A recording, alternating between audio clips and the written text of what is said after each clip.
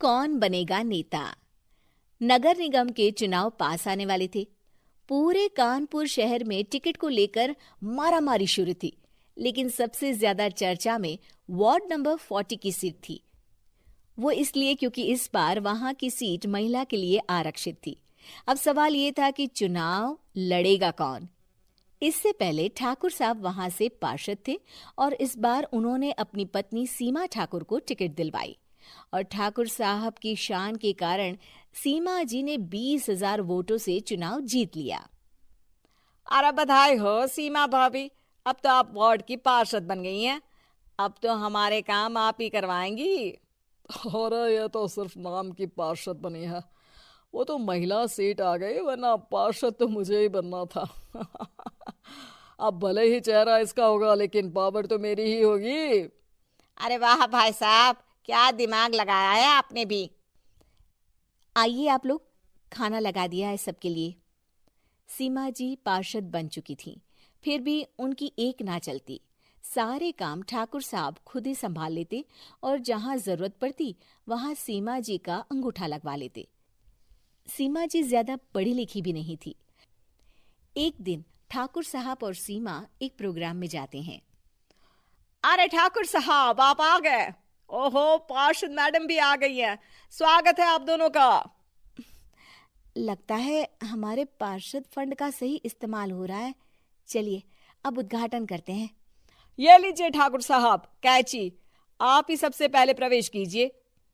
सब लोग आगे निकल जाते हैं और सीमा जी पार्षद होने के बावजूद भी पीछे खड़ी रह जाती हैं। वो देखती हैं कि वेलकम बोर्ड पर उनका नाम है, लेकिन महिला होने के कारण कोई उनका सम्मान नहीं कर रहा। अगले दिन एक आदमी उनके घर आता है। अरे ठाकुर साहब नमस्कार। कल ना हम नोटिस किए कि हमारा घर तो अवैध है और नगर निगम वाले उसे तोड़ने आ रहे हैं। अरे कुछ कीजिए ना ठाकुर साहब। देखो भाई, मैं तो ज्यादा कुछ कर नहीं सकता, पर अगर तुम सबकी जेब गर्म कर दो तो कुछ हो सकता है। कुल मिलाकर 4 लाख लगेंगे।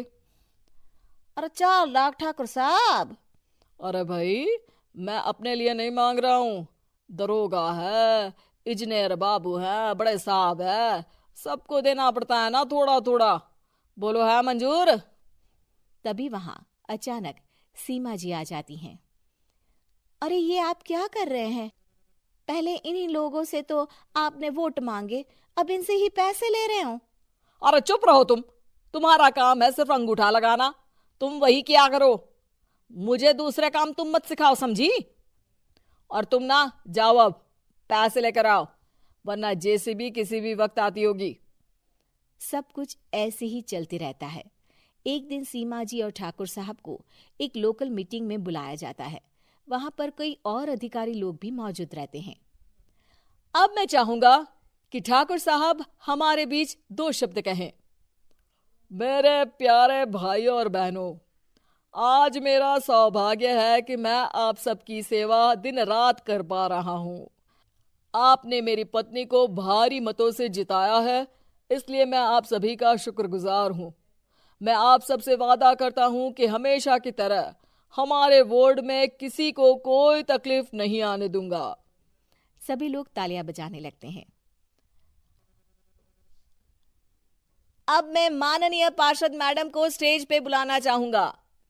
अपने नाम को बुलाया सुनकर सीमा जी एकदम चौंक जाती है। उन्हें बिल्कुल उम्मीद नहीं थी कि इतनी बड़ी जगह उन्हें मंच पर बुलाया जाएगा। जैसे तैसे वो मंच पर चढ़ती हैं। ऊपर जाते ही सीमा जी को सारी पुरानी बातें याद आ जाती हैं कि किस तरह उनके पति उन्हें कभी भी आगे बढ़ने नहीं देते और उनके नाम से गलत काम करते हैं। वो बोलने लगती हैं, मैं आपके वार्ड की पार्षद सीमा हूं। आप में से बहुत